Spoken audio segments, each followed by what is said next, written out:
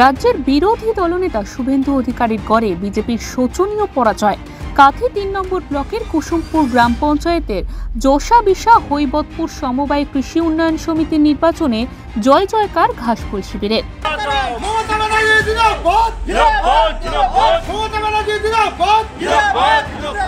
সমবায় সমিতির মোট ৯টি আসনের ৯টিতেই জয় হয়েছে তৃণমূল কংগ্রেস।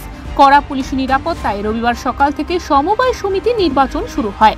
বিকেল পর্যন্ত ভোট হওয়ার পর দেখা যায় খাতা খুলতেই পারেনি বিজেপি। দলের হয়ে উচ্ছ্বসিত স্থানীয় তৃণমূল নেতাকর্মীরা। আজকের অনুরূপ কুসুমপুর গ্রাম পঞ্চায়েতের আমাদের এই হৈবতপুর এবং যশাবিশা সমবায় সমিতি আজকের ভারতীয় জনতা পার্টি বিরোধী জোট সিপিএম সকলে মিলে তৃণমূলের বিরুদ্ধে লড়াই করেছিল, তারা গোহারা হেরেছে। এবং এটা আমাদের মমতা ব্যানার্জির জয়, এটা আমাদের উন্নয়নের জয়, এটা আমাদের শান্তির জয়।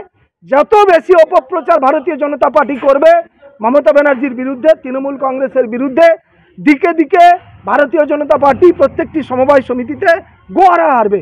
তৃণমূলের আমলে কোনো সমবায় সমিতিতে বিরোধীদের সদস্য করতে দেওয়া হয়নি বলে অভিযোগ বিজেপির।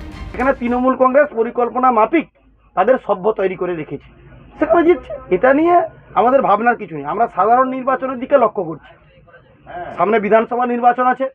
যেই সমবায় সমিতিতে আমরা হেরেছি আপনারা দেখছেন, আমি নিশ্চিতভাবে দায়িত্ব নিয়ে বললাম, সেই বুথ এবং তার আশেপাশের যতগুলো বুথ আছে, সংসদ আছে, আমি নিশ্চিত আপনাদেরকে দায়িত্ব নিয়ে বললাম, আগামী বিধানসভা নির্বাচনে দেখবেন ব্যাপক পরিমাণে আমরা বিধানসভায় লিড করছি ওখানে। উল্লেখ্য, যশাবিশা হৈবতপুর সমবায় কৃষি উন্নয়ন সমিতিতে মোট ভোটার ছিল ৩৭৩ জন, তার মধ্যে ভোট পড়েছে ৩৬০টি।